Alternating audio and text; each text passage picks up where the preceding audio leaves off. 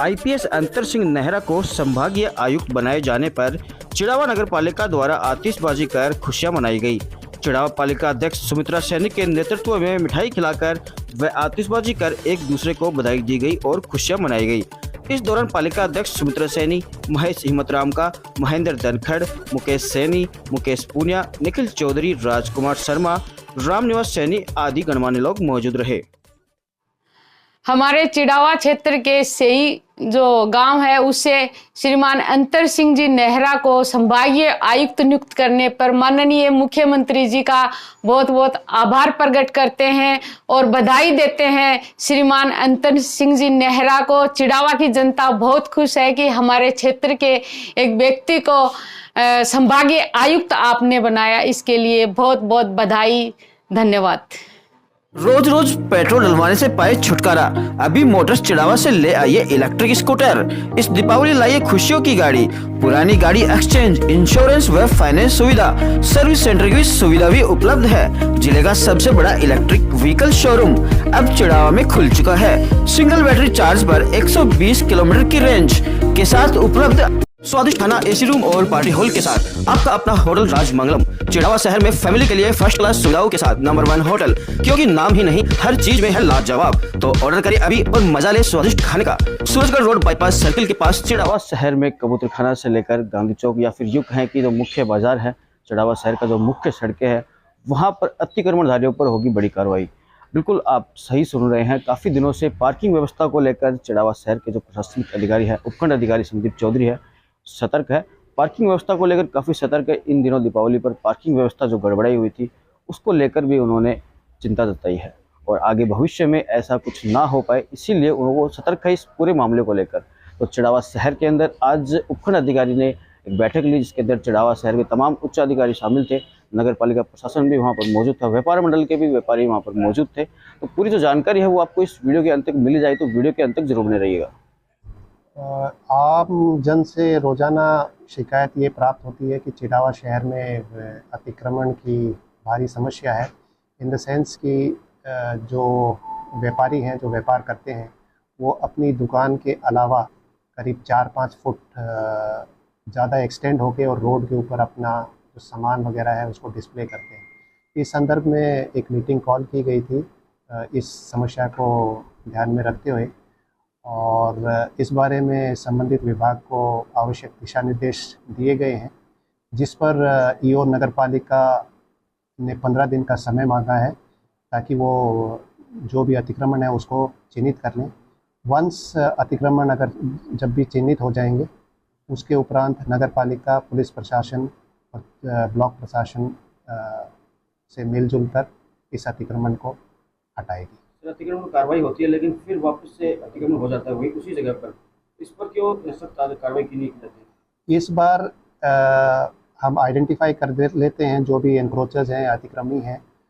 उस पश्चात अगर वो पुनः अतिक्रमण करते हैं तो संबंधित जो लोकल नगर पालिका है उसे उस व्यक्ति के विरुद्ध FIR दर्ज कराने के निर्देश प्रदान किए जाएंगे। खाना स्टैंड पर पार्किंग को लेकर काफ़ी व्यवस्था जो है गड़बड़ाई हुई है, पार्किंग नहीं है, उसके लिए भी नगर पालिका को निर्देश दिए गए। जहाँ तक पार्किंग की व्यवस्था का संबंध है, ये ध्यान में लाया गया कि जो दुकानदार हैं उन्होंने काफ़ी एक्सटेंड करके अपनी दुकान को आगे बढ़ा के अपनी जो सामान है दुकान के उसको रखा गया है।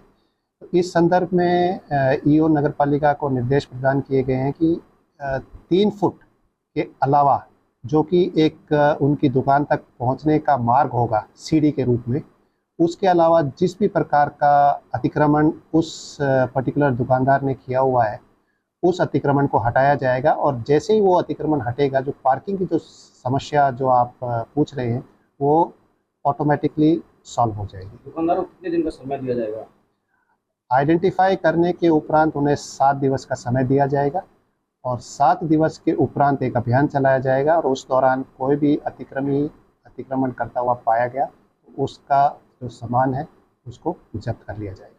एसडीओ साहब के ऑफिस में अतिक्रमण को लेकर एक बैठक बुलाई गई जिसमें नगर पालिका स्टाफ को और हमारे को भी बुलाया गया था और व्यापार मंडल भी आया था।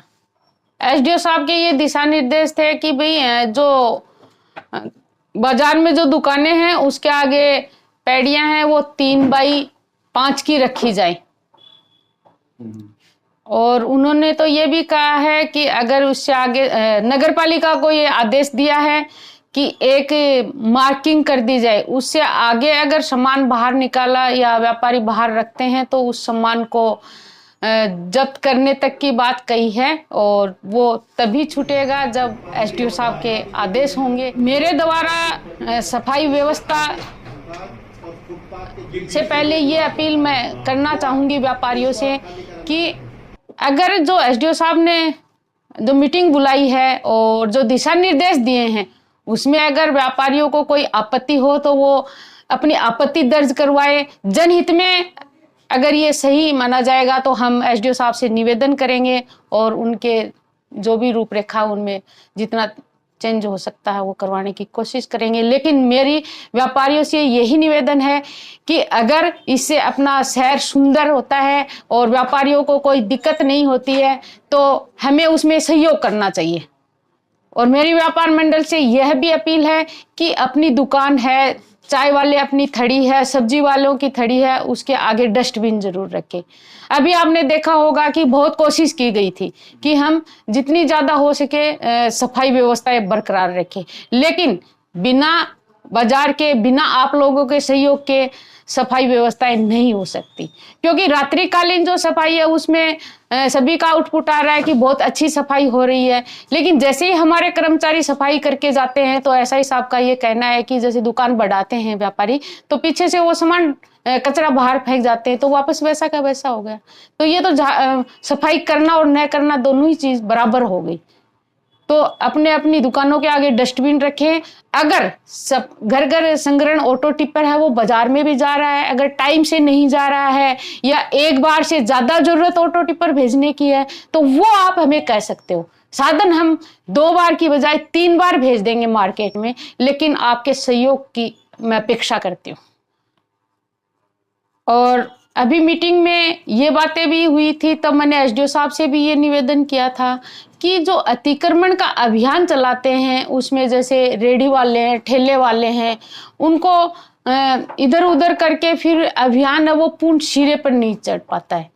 तो आप जिस चीज को, जिस उद्देश्य को लेके चल रहे हो, मेरी एसडीओ साहब से यही निवेदन है कि वो उद्देश्य, वो कार्य पूर्ण होना चाहिए। ये नहीं होना चाहिए कि किसी गरीब जनता को हम खदेड़ कर फिर अपना अभियान वहीं रुक जाए। नहीं, जो भी कार्य करो आप पूर्ण करो और उसमें हम सब आपका सहयोग करेंगे और बाजार को हित देखते हुए करो। क्योंकि जो रेडी वाले हैं, ठेले वाले हैं, वो बेचारे अपने रोज की मजदूरी, रोज की दिहाड़ी से अपना पेट भरते हैं। तो मैं उन सभी जो गरीब जनता उनके साथ हूँ, उन लोगों के साथ हूँ।